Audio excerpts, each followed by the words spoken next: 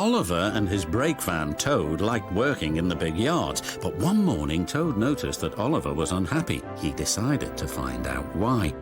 "Excuse me, Mr. Oliver, it seems to me that things are not well with you, if you forgive me for mentioning it." "You're quite right, Toad," replied Oliver. "All I do is shunt these trucks onto the turntable. I long for a nice run.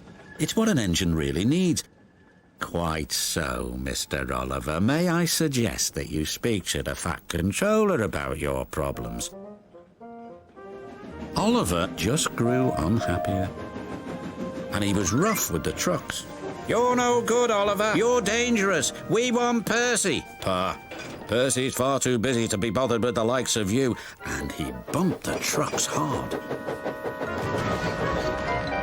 "Father!" "You silly engine!" shouted a workman. "It'll take a long time to repair this turntable, which'll cause confusion and delay." That night, the Fat Controller came to see Oliver in his shed. "Oliver, you have caused confusion. I thought you could control trucks. You shall work the mail train for a while. Maybe the night air will clear your smoke box." "Yes, sir. Sorry, sir," said Oliver sadly.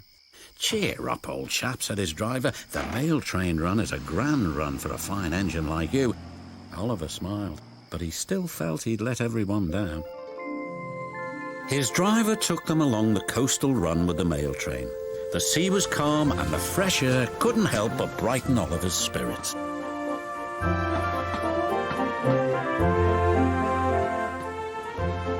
They made good speed until it was time to collect some important mail from Harold the helicopter. "Come on, Harold." They waited and waited. At last, Harold landed. "Sorry I'm late, Great Western. Had a bit of a problem with one of my arms. Kept letting me down when I was meant to be up. You know how it is," said Harold. "We know that we'll be late for our first run," replied Oliver's driver. Soon they were on their way again. Ahead was a red signal light. Oliver didn't realize that the signalman had dozed off waiting for them. Oliver whistled several times, but the signal stayed red. "There must be something wrong with that signal. We'll go slowly and stop by the signal box," said his driver. But they never reached it. The points before the signal box were switched to an old track. They were going the wrong way. Oliver's fireman was concerned. "We need to find a water tower soon." Instead, they saw an old rundown station. Disaster lay ahead.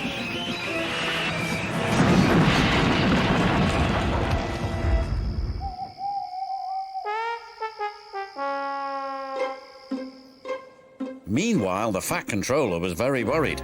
"Oliver has not returned. We had better send out a search party." Soon he was high in the sky with Harold.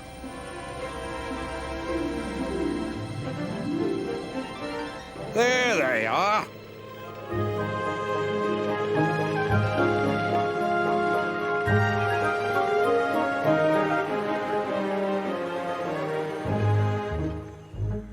"It wasn't Oliver's fault," sighed the driver. "I'm aware of that. I'm just glad you are all safe."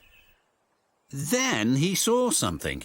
It was an empty old house beside the station. He went to inspect it.